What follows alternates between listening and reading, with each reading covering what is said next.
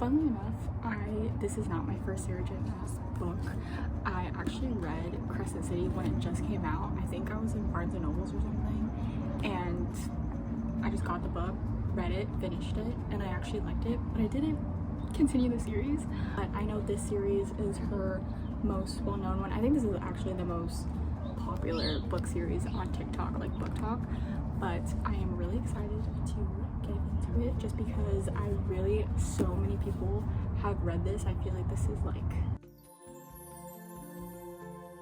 I have gotten spoiled on a few things. I do know the first love interest in this book is not going to be the same love interest later on. I know this is a retelling of Beauty and the Beast. I most likely will be talking about spoilers, so I mean, I think if you're watching this, there's a pretty good chance that you already read this book or you're a big fan of this book, so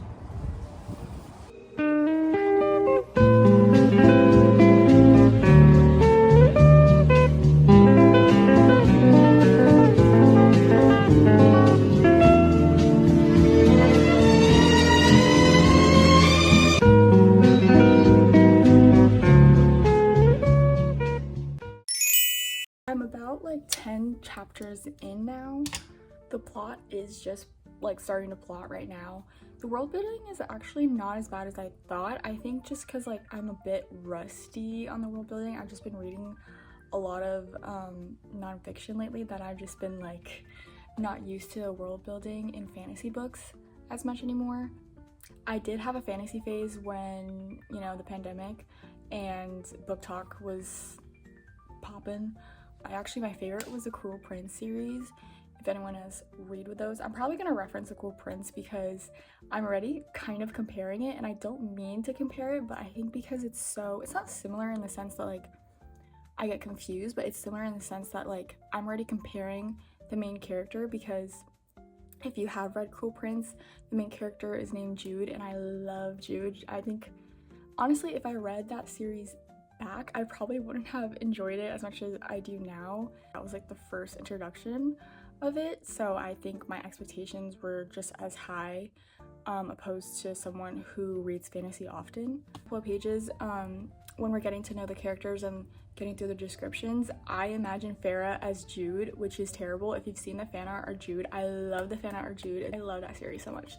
But I am at the part where she does get imprisoned because she killed a fairy or whatever creature while she was hunting, and I guess because they shapeshift and stuff like that, so she went into this private lands, and she killed one of their own, and now the beast Tamlin, which I know is going to be a love interest because it's the Beauty and Beast retelling, he just imprisoned her. So he didn't kill her on the spot, he was just, I don't even know if it's a deal, he kind of just imprisoned her instead of killing her in his mansion, which is like a huge mansion. It's like private lands, and she's the only human. You know, Tamlin is not gonna be the final like endgame love interest, just because I gotten spoiled that the love interest is gonna be different in book 2, I believe.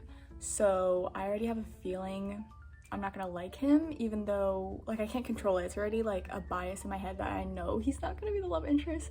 So, but we'll see, because I do know there's still some Tamlin shippers out there. But yeah, so far pretty good. I'm not expecting the best writing or the worst writing. It's pretty standard, although I guess the only thing is just me imagining them, like their descriptions don't really match my own descriptions, if that makes sense, but that's just a user error on my part. So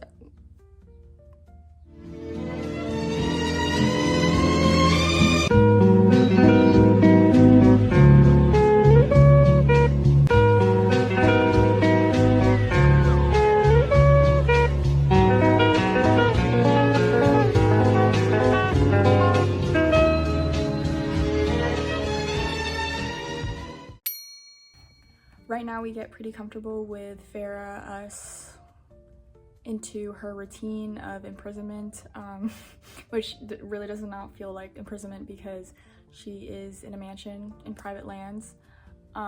Granted, she is like the only human, but we get pretty comfortable in her routine and like how things go, and she hates it because she needs to go back to her family, we also get like a first villain setup. A fairy gets attacked near the lands and they die on Feyre's arms, and her and Tamlin kind of share a sweet moment, and this is kind of like the first like sweet moment, like kind of the foundation of their enemies to lovers trope that kind of gets into the next phase of like, oh, this person is pretty decent, I think maybe they do have a heart. But I feel like they moved on like really quickly from this, because this was like one chapter of a fairy dying, and Feyre's like monologue is like this huge thing about like, I can't believe fairies are dying, I can't believe this is the kind of world I'm living in. Being really sad about this fairy dying in her arms, and then the next chapter she's like, oh, do I like him? Like, am I starting to like him? Like, that's kind of what it felt like to me. But then again, it's not that serious because I knew this was gonna be this kind of book. So the next chapter is like adding into like more inks and stuff like that for their relationship, Feyre and Tamlin, which I do have to say, I don't think I'm gonna be a Tamlin supporter, guys, because I already see the signs, and I don't want to be like one of those people that is like, oh my god, this is like a sign of abuse or like a sign of being a control freak or something like that. But him putting a spell on her family and kind of isolating her, that's, I don't like that. I don't like. Reminds me of I don't know if this is technically a spoiler, but if you've read Shadow and Bone, it kind of reminds me of the Darkling a little bit, and I don't really like the Darkling ship and Alina ship. If you read those series, again, another series I love that's fantasy, that kind of trope, like the Darkling trope where they're dark and old and very like mindset of like only keeping their lover as their lover, and that's it, like that's their only purpose. And I can tell like Tamlin is already doing that, so I'm already kind of waiting for the other love interest to meet him later on in the book, so I am a little bit excited for that. I love enemies to lovers trope, but I'm also really picky with it. Like, it really depends on how the author writes it and how well the character development kind of meshes together, if that makes sense. I will say I do get a little bit of like whiplash sometimes when I'm reading the book, because I forget they're wearing a mask. Like, the writing mentions like, he touched his mask this certain way or something like that, and I'm like, oh right, he's wearing a mask.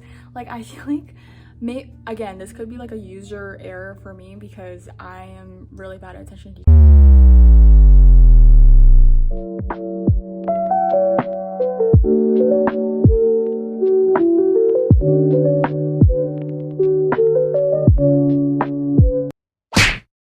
I've been really busy with midterms, but I've been reading or like listening to the book instead. We get into like the small political plot. I feel like I don't know really how I feel about the book, because right now I'm kind of, needless to say, like very bored.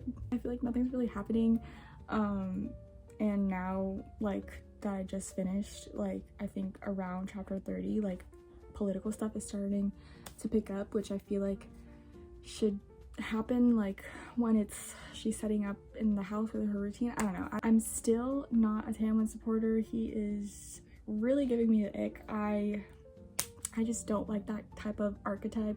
We get introduced to him, but I was a little confused. There was a part in the book he crashes Tamlin's dinner with Lucien and Feyre and stuff like that to fight, basically warning them about the villain Amaranth, basically threatening him, and he kind of violates her in the process, and I don't like that.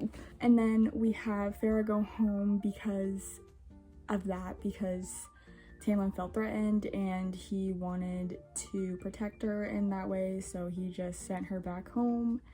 And Feyre is home for a while, and her sisters didn't recognize her, and then she starts worrying, and then she goes back. This is also when we conveniently learn about Tamlin's curse, which I feel like is not much of a spoiler or a surprise, that it's kind of like a Beauty and the Beast, like, oh, he'll fall in love, the curse will be broken, blah blah blah.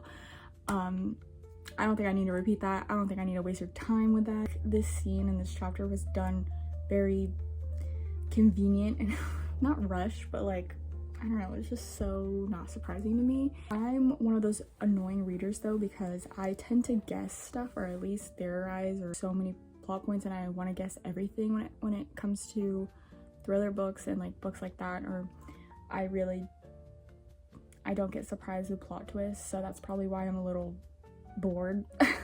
And the dialogue kind of made it sound like a plot twist, where I feel like it was kind of just a reveal that I did not feel at all interested or flabbergasted, because it felt really obvious. And also, this is like, I keep forgetting, this is the first book of the series, so I know eventually it'll get good, so I've heard anyways.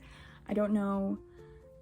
I will say though, the villain is hilarious to make like some drama, making his curse fall in love with a human who hates his kind. Like, you can tell she loves the enemies to lovers trope forward, because I did read up to, I think, chapter 37, 38, I don't remember. They basically go under the mountain. She's basically imprisoned by Amaranth, and all the courts and stuff are there, which includes Rhys, and he offers a deal to Feyre to stay with him for a week in his court, which is again very convenient. When he said that, I legitimately rolled my eyes. I was like, out of every like thing you can make this human do, you just want to have her around in your house. Like, you don't want her to like clean, you don't want her to like, I don't know, to be fair, they do have magic, but at the same time, like, I was like, that's it, like, why are the stakes so low for this girl?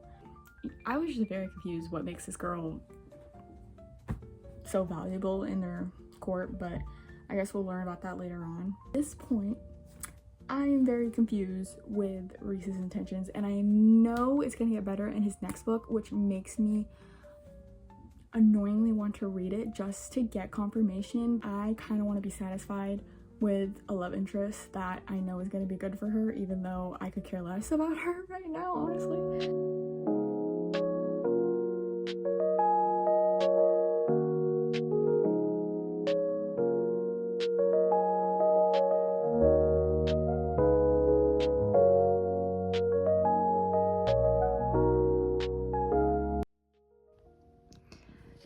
This video and book has taken me so long that I've done 3 bullet journal month spreads. I think I showed you guys the September one earlier in the video. My October one, what I was going for. And I use watercolor, I use a Tombow.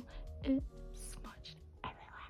Woo! Okay, I'm literally losing light and my crystals are going crazy, so we're gonna do this quickly.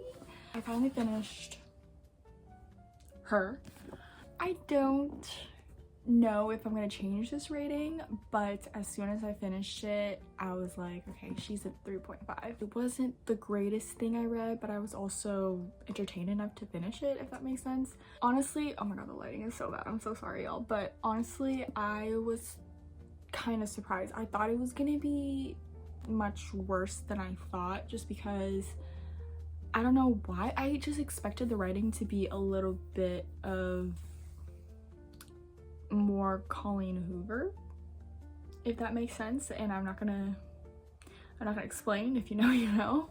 And I don't want to spread hate or imply that Colleen Hoover's writing is bad or good. It's just I don't like her writing, so expected the similar dialogue and descriptions, just because I feel like that type of writing, her writing, opposed to Sarah J Maas, is very different. I feel like Sarah J Maas has honestly a talent to kind of make it easy for me to dive into this world and into the politics, which I really appreciate, because it is a lot. Like, I remember when I got into other fantasy worlds, it was much harder, but it was also very tangible. So I really love how accessible her writing is. It wasn't shocking, like, at all. I feel like when I read it, I was just like, okay, like I kind of feel a little indifferent about the book, but at the same time, like, above indifferent. I'll spoil it in case you guys want to read the book, but basically the twist at the end, the reveal and everything, and Tamlin's motive, it didn't really fall as a twist to me, and it kind of flew by the last, like, I want to say like 200 pages or 300 pages. I feel like this is where I actually started getting interested in the plot, because the first half was just all honestly boring. That's where I kind of felt indifference about the whole, like, the characters, the plot, everything. The climax starts picking up. I started to actually like invest in what happens next. I started actually picking up the book more. I wanted to listen on Libby before class. Like, it was starting to, you know, get me interested. Some things happened and there was a death, and I'm gonna be honest with you guys, the death again made me feel a little indifferent. But I will be honest with you guys, I did finish this book last week, but with midterms and Halloween I just did not film, so I started reading the second one. And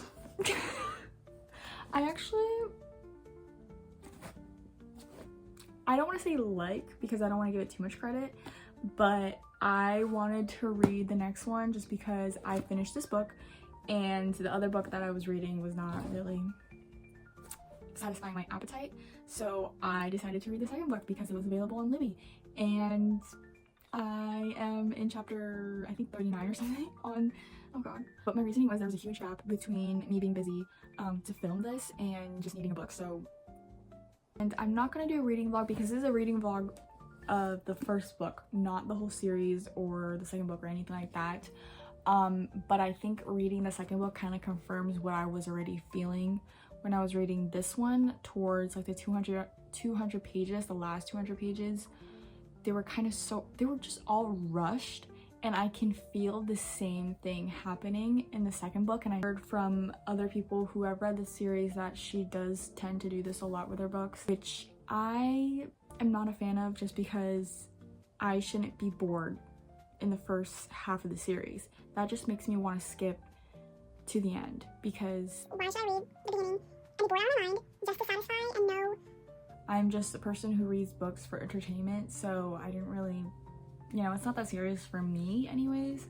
So nonetheless, if you love this book or series, I don't want this reading vlog to affect your love for it or your opinion of it, just because, you know, someone else tells you it's bad or annoying or wrong. Even though Tamlin was definitely annoying me in the book, he just gave me so much ick that I knew I wasn't gonna like this book because it's about him. So I think that's why I kind of got enticed to keep reading to the second book, because I know it's gonna be about Rhys, which I said no spoilers, and I'm literally giving you a spoiler, but it's gonna be about Rhys, which is, I know, is gonna be the real love interest, and I am unfortunately enjoying it. I think that's pretty much it. Again, it wasn't like the most amazing thing I read, but it also was not the most terrible. I honestly enjoyed myself. I love fantasy. I don't really pick it up as much anymore, the genre. I think I'm gonna read and finish the second book, but I don't think I'm gonna continue, just because I actually do mean that, because I am one of those people that will read a slow burn trope and then I would get bored when they're happy and together. Okay, my phone's gonna die, so comment down below if you have any book recommendations for me. I'm gonna try to do a more serious book next time, maybe, just to even it out. I don't know.